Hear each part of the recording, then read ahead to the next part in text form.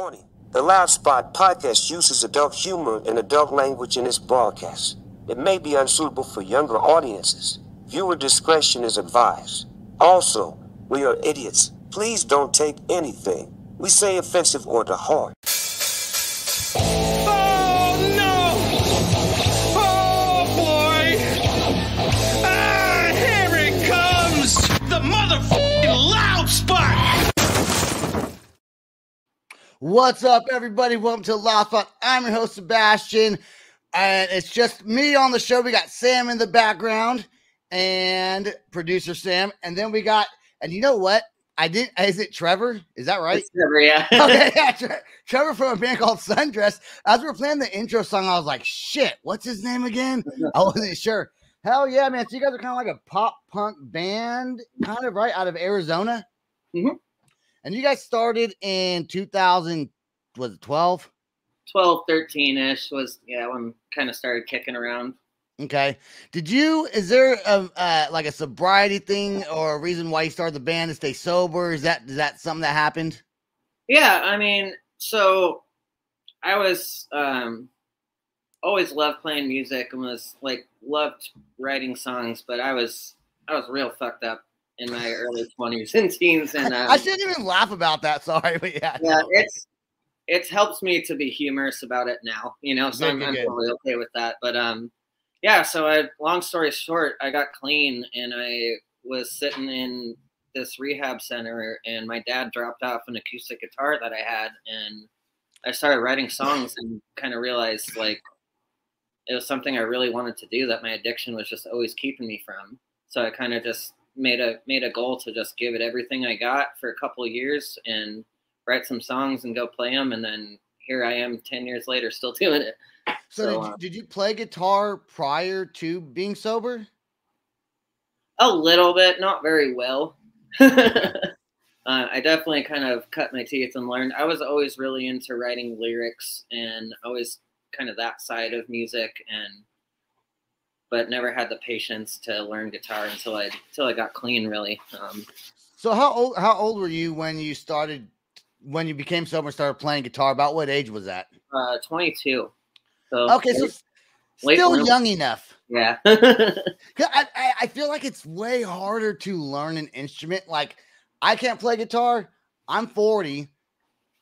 And I don't know that I even would have had the patience at this age to learn. I don't think I ever had the patience to learn. I've tried it. I was always a drummer in a band, and everyone always left their guitars and bass at my house because the drummers were the band practices, especially back in the day.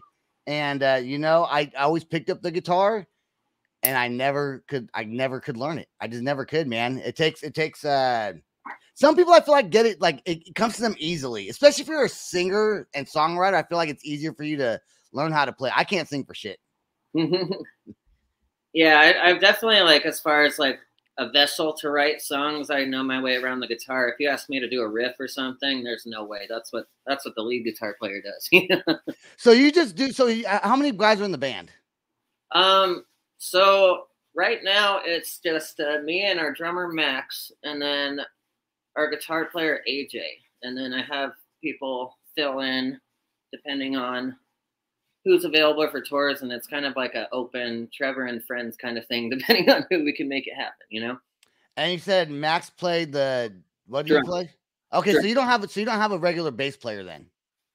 We do. He's just not able to tour because he doesn't have a kid. Damn. So we had Sydney from Diva Bleach play bass for us on the last tour, but it's that survival mode for small bands nowadays. You have your friends play with you to make the shows happen, Yeah, and you guys are getting ready because you have an album coming out in August, right? Mm-hmm. Is it a full-length album, or is it like an EP, or is it just some more singles? What's going on with that? This is our third full-length studio album, and it's self-titled. We have 3 singles out from it now. We have 1 more coming out on Friday. Okay, right on. So are you guys gonna go on tour with that album? Yeah. So the day the album comes out, we're starting a little West Coast run. It's just 10 shows. That's all we have booked for now. But we're hopefully planning to get back on the road later in the fall or early next year. I saw your Facebook post about. Let me read my notes here. adult contemporary emo. I saw a little skit that you did on Facebook, and it says side effects include never growing out of your emo phase. And that's so true. I think a lot of adults, you know what? Okay, remember when you were like a little kid, right? How old are you? Like 30 something? Yeah, 36 now. Okay, 36. Okay, so just a few years, 4 years younger than me. Do you remember when we were kids growing up? It seemed like, to me anyways, my parents, they seemed so old back then. Is it still, do you think kids still feel that their parents are old? Because there's a lot of emo kids that still dress like they did back when they used to, you know, listen to the Used all day long. Right. Yeah. There's definitely a resurgence of it. And that's kind of like the joke I've been making on TikTok. And it's definitely a fun thing to run with on there, of just like our generation grew up listening to this music, and now we're still sad, and we still need sad songs about our life now, you know? Yeah. And then you said, listen to our new singles or something. And he said, you'll be sad you did. I thought that was a good play on words, though, because obviously you want people to listen to it, but it's the whole emo thing growing up, or the whole emo phase. I don't know, like when my kids call me old, I feel like I'm not like my parents when they were 40, they were old. Right. Yeah. I'm not that old. I still feel like I'm in high school sometimes. And I act like it too. Ask Sam, he knows. Sometimes I act like I'm in high school. Playing in a band is like constant. I don't feel like an adult. What's your main message? You have a main message that you want people to, you're a lyricist. So is there a certain message that you want people who listen to your music to, I guess, get from your songs? Yeah. I always kind of say that I really like to sing about difficult things that I've been through, but offer some kind of hope, not just leave it down in the dumps like this is fucked up, I don't know what to do, but kind of tell the story that, you know, like these are things that I can look back on that I've gotten through that, you know, like maybe you can too. And that's kind of my experience of just, you know, it's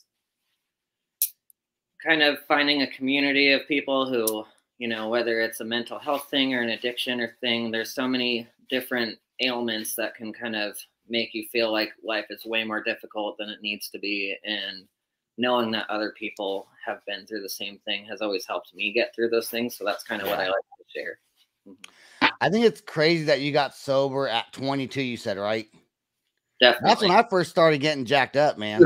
That's when I started coming out of my shell when I was 22. So you must have been really screwed up to get sober at 22. Yeah. It was the harder drugs take you down a lot faster, you know? Yeah. So what? Oh, so you're doing some hard shit. Yeah, there's a big heroin problem in my high school. I got it. Really? Yeah, man. You don't see heroin being a problem, man. That's crazy. Like, you know, people do it, but I never thought it was like, it's like an issue that people like fentanyl is an issue. Lucky you got sober before that shit started coming out, right? For sure. But you don't think of heroin being like one of those drugs that takes over a high school or friends start doing. So it was like maybe one person that you know that does it. Yeah. But it was bad, huh, in Arizona? Yeah, real bad. That's why I don't go to Arizona. That's why I stay away from Arizona. It's too hot. It melts everyone's brain. So where are you guys touring at? We're doing. You have West Coast tour, but like it's like California, Oregon, or like Arizona. When you say West Coast, I'm thinking like California, Washington, Oregon. I'm not thinking Arizona, Nevada. And then we're doing a little loop into the Southwest, like Idaho, Salt Lake, Denver, and then come home after that. So. Why is it like? Do you plan on doing like longer tours, or is it just are you like putting yourself out there for now? Are you doing anything longer later on? Most likely, yeah. We tend to, just because we're, you know, it's at this point we're all kind of older, and you know we're a pretty small band, so it's kind of hard to make a ton of money on the road. So we usually will do like a 2 to 3 week. Spend time on the East Coast and then come home, chill, work or whatever we need to do, and then do the West Coast, and then start trying to figure out how to do the East Coast again instead of just doing it all in 6 weeks. You know, it's easier for us to have a break to come home. It's tough being in a band nowadays, isn't it? For real. You think it's tougher now to be in a band, or you think it was tougher when you first started the band? Oh man, I would probably say now. Yeah, just because everything is so much more expensive. That's really what it comes down to. Like, that's what's been stressful for me, is I feel like there's ample opportunity to get your music heard nowadays, but it's hard to it's hard to keep an upward momentum of building between tours and your TikTok's doing well and your streaming. You know what I mean? I just see it all as different avenues where I can hopefully hook somebody, you know? Dude, okay, so what's your opinion on all the different social medias that we have now? You got Facebook, Instagram, Twitter, TikTok. What else is there? Snapchat, right? I still don't even get Snapchat. Like, I don't know what the fuck it's for, but it's I don't know. I don't understand it, but I do understand TikTok and all those things. So are you on every single social media platform? Because that's what sucks about doing, like, being in, like, you in a band and me as a podcaster, is you have to push every single social media platform, because you really don't know which one might take off for you. Yeah. Yeah, I do the most now on Instagram and TikTok, but I try to keep Twitter and everything else active too, you know, and just kind of based on what the content is, when, like, if I can post it across different platforms, like some of it just makes sense for TikTok, but I kind of see TikTok as more of a entertainment platform than a social media platform. Yeah, it is a social media platform, but I see that. You don't really do the Facebook, huh? Not too much anymore. Yeah. You're 36, bro. You're still supposed to be Facebooking. I still, like, tours and stuff. Of course, I'm gonna, you know, because we have like a Facebook group and stuff that we use occasionally. But yeah, for the most part, I don't get it. I think everyone that's over 35 should be on Facebook. But see, and Instagram's the new thing, right? It's not even the new thing, but Instagram's the thing that I think everyone kind of grows on. And I freaking hate Instagram. I don't hate Instagram, but I like Facebook better. Instagram is very hard to grow on. My wife's a social media manager, and it's like the constant struggle with her clients, for sure. Right on. What we're going to do is we're going to take a quick commercial break. We come back. We're going to talk about your song, There With Me, and then we'll play the video. And so we'll be right back with Sundressed.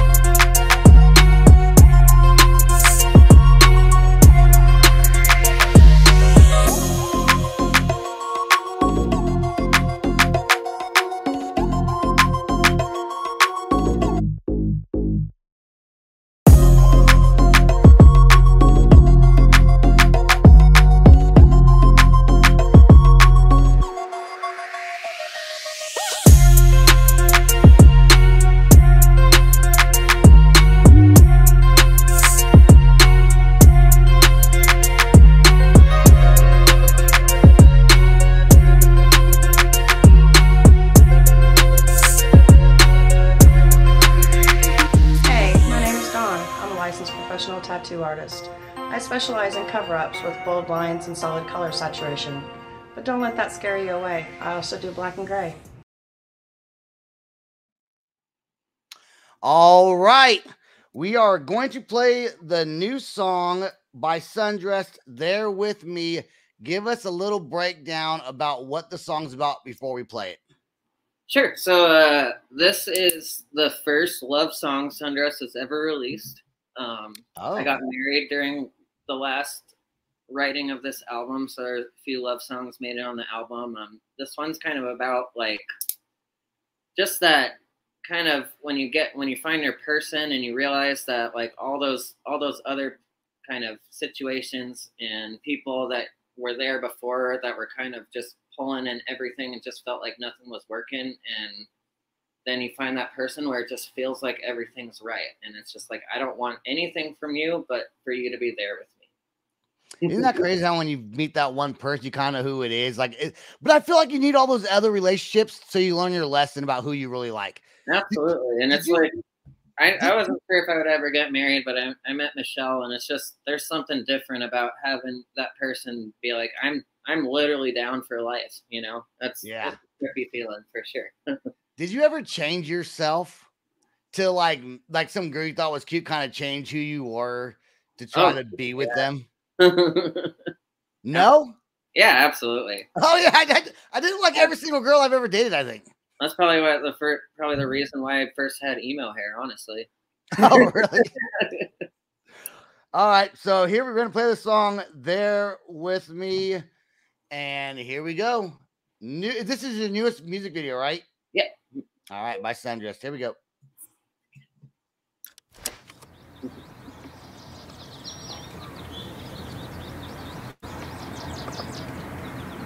I'll take this existential crisis in the worst way, depending on my vices on a weekday. I should be in the moment, I'm distracted and I know it. I'm distracted and I know it. Everybody wants to be the reason you need therapy. I just want you there with me. I just want you there with me. Even when it feels like everything is going terribly, I just want you there with me. I just want you there with me.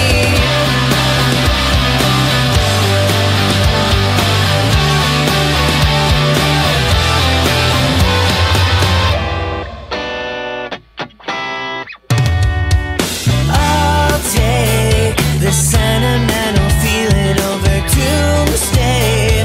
Obsessive mental screaming can't relate, 'cause now I got a teammate and I don't think that you're leaving. And I don't think that you're leaving. Everybody wants to be the reason you need therapy. I just want you there with me. I just want you there with me. Even when it feels like everything is going terribly, I just want you there with me. I just want you there with me.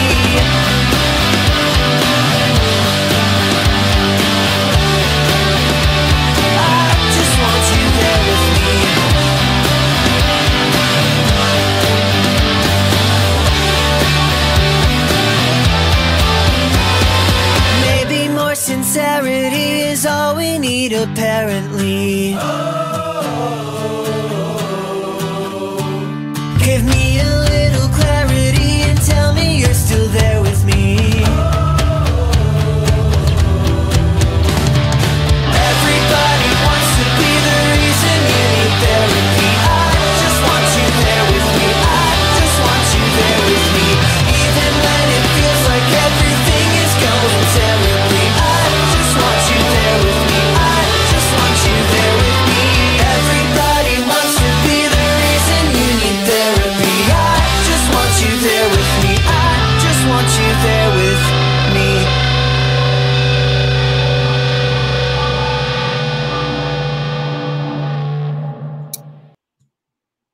That is a pretty good song, and it's kind of, you know, for being a pop punk song. Well, I guess all pop punk songs are kind of happy-go-lucky anyways.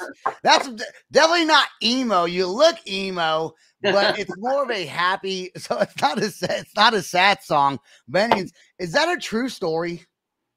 The video, no. Okay. Because it could be a true story. It looks like it could be a true story. So that video shot, I'm assuming, in Arizona. Was that like a flower shop you guys were at, or something like that? Yeah, it was a good friend of mine's flower shop, and we thought it'd be cool to promote her business, local business, you know. Did you, because I didn't notice it or not, did you have her name of her flower shop? Yeah. In the music video. Yeah, it's the neon sign right when I'm walking up the door. Okay. And was that Michelle? Yeah. I had a feeling it probably was. Plus, I was also told to ask that. But I was going to ask that anyways. I was getting around to it. Yeah. Sam, thank you for the notes. I was going to ask that question already. So, right on, man. Cool song. That's going to stick in your head. Signed with Rude Records in 2020. Are you still with Rude Records? Yep, this new one's coming out on Rude, and we have one more on the contract. If they want to do it with us, I hope they do. Right. And one of your slogans is what? Never give up and do what you love. Yeah. Where does that come from? Is that like for your band, or is that for you, or what is it? Yeah, I guess I've always kind of been. What are you playing with over there? Huh? What is that? They're little magnets to help me focus when I'm. Is that like a nervous tick you have? Yeah, absolutely. You know what I do? I scratch my back all the time. I don't know. It's something I do. I know you've been playing with it the whole time. I was like, there's got to be some sort of nervous something you're doing. Yeah. Oh man, Are you nervous? I mean, always a little bit, right? Don't be nervous. I'm a piece of shit. It doesn't matter anyways. What I ask you, I forgot what the fuck I asked you. Yeah, never give up and do what you love. Is that about your band, or is that just life in general? Just life in general, I guess. I guess even, with getting sober, it really felt like my life was over at 22, and there's been a lot of just rebuilding and kind of doing my best, Is that your life? How much did that change your life? So you said you went to was it rehab? Mm-hmm. And did you put yourself in rehab? Is that something that you did, or is that like was there like a whole what do you call it when the families get together? Intervention. Yeah, was there an intervention? This, I had stuff like that similar, because there were times where I had tried before, and this last time it was kind of I want to stop so bad, and I don't know how, I need help kind of thing. And I think that's what really made it stick, is kind of feeling that just like powerlessness, Yeah, man. Okay. All right. So Sam's still over here telling me to say things I already gonna say. You got Telltale. You did it. You went on tour with them, right? Yeah. Okay. Are there any? And when they were on the show, I asked them if they have any tales to tell, and they didn't. I thought that was a dad joke, but I thought it was fucking hilarious. Okay. So, do you have any tales to tell? That's such a tongue twister name, and I know that if they watch this, I'm going to say it again. It's a hard name to say. Telltale is very hard to say. So I'm not even going to try to backtrack and be like, oh, it's not, because it is. But do you have any? In fact, I'm just going to tell them that you told me to say that if they watch this. Okay. I'm going to say, Trevor told me to say that. That wasn't really for me. But are there any tales to tell going on tour with Telltale? Yes. So being a singer in the band, I've never filled in for anyone else, because I'm the singer, right? So halfway into the tour, John, their singer, had a family emergency and had to fly home for a day. So he pulls me aside and he's like, Trevor, do you think you could sing our whole set? With 1 day notice. Well, hold on. You're singing their whole set. Their set. Okay. And I was like, you know what? We have a day off tomorrow. I can listen to it. Let's fucking do it. Because they weren't going to be able to play that day, because he had to go home. So I, for the first time, filled in for another band as the singer of Telltale in Las Vegas, to about 50 people in Las Vegas. I was the singer of Telltale. Did you have a cheat sheet for the lyrics? I was reading them up until the set, and there was definitely a few times where I just kind of yeah. And people were pretty they were just happy that Telltale was still playing. I was like, I can only do so much. I'm not the guy, Yeah. But yeah, it was quite the experience for sure. Were you nervous doing it? Because I just would have went up there and started screaming just random stuff. Yeah, and dude can sing way up there too. So I was pushing my voice to get anywhere near there. But it was a lot of fun for sure. Have you been on tour with any major label bands? Closest would be Ann Arbor. I don't know if they're ever on tour at some point, but I know who they are. I mean, I've heard their name. Mm-hmm. So any other interesting stuff? How many tours have you guys been on?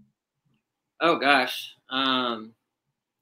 We've been touring somewhat regularly since about 2015, 2016. So and and they're all pretty smaller tours, but we, 3 or 4 a year. So whatever that adds up to, minus the years of the pandemic, of course.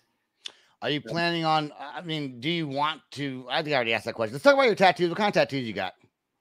Oh, I got all sorts of them. Most of them are,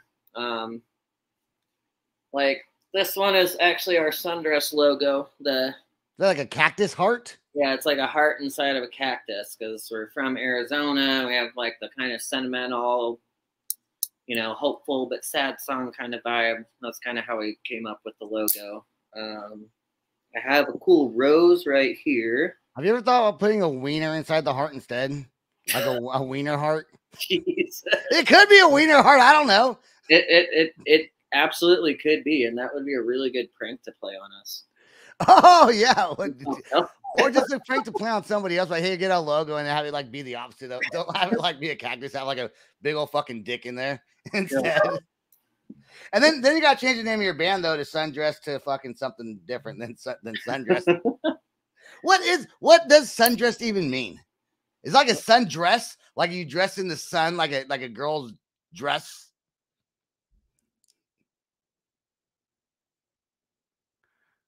I think we lost him at Wiener Heart.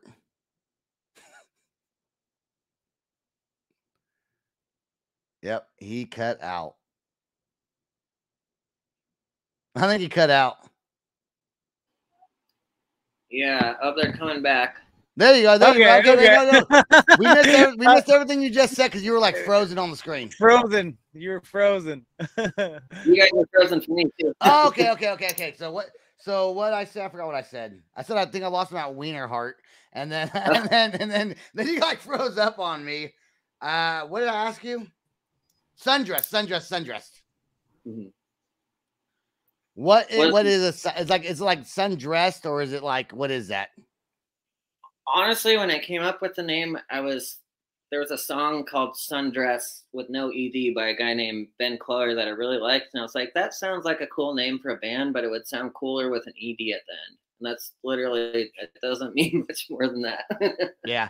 When people ask how'd you get your band name, which I never really asked that anyways. I asked what it meant because I wasn't sure. Mm-hmm. But a lot of times there's not really a meaning for, like, some bands have like meaningful, like, why they named their band something. I think a lot of it's just bullshit, dude. I think that people just come up with names that they think sound cool and go with it. Name. If it passes the Google test, like, nothing comes up. Yeah, if you Google it and nothing else comes up, it's even better. Mm-hmm. Well, let's go ahead. Let's wrap this up. Let's go ahead and talk about your tours. I know you want to elaborate any more on what you got going on. And then also let us know where people can find your merch and all that good stuff. Yeah, so we're releasing our new self-titled record on August 11th through Rude Records, and we'll be touring the West Coast right after that. The dates are all over our socials at Sundressed Band everywhere. We're going to be doing just a little West Coast run, and then we'll be announcing some more Phoenix shows and stuff like that after that, and then hopefully just hitting the ground running with this new album. Pre-orders will be up for it on Friday as well. So I'm super excited to drop all the new merch and all that. So I think it's always exciting when you're in a band and you have a new album coming out. The anticipation of the release and how well it's going to do has to be a little bit exciting, maybe a little bit nervousing. I mean, you kind of look like a nervous person. So you're probably extra nervous compared to like, because I just put shit out there whether it sucks or not, but I can tell you're like anticipating this thing. I put a lot of thought into the little things for sure. I definitely drive myself crazy sometimes. Your fingernails look cool though. Hey, thanks. Yeah, no problem, man. And where can people find what's your website and where can people find you on social medias?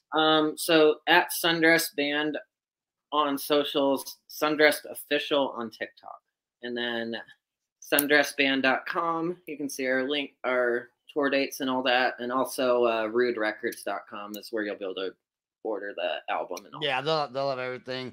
Right on, Trevor. Well, please stay right there till after the outro song plays. Thank you for coming on to the show and entertaining me with what you're doing over there. I've had a fun time watching you. sit over there on that side of the screen. I do want to thank all of our listeners that listen to The Loud Spot. Check us out on all podcasting platforms and follow us on YouTube and all the social media. Just type in The Loud Spot. You'll find it. That's all the time we got. Peace out, rock on, and much love. This is The Loud Spot outro by nothing short of tragic. Is this all talk with no action? No. Is this my thoughts with distraction? No. Is this what I bought that's in fashion? Or is this The Loud Spot with Sebastian? Yes. Does nothing short of tragic have us back again? Yes. Does everything that's good really have to end? Yes. Our pin post has to pin show, so to get more episodes, make an order, this is over.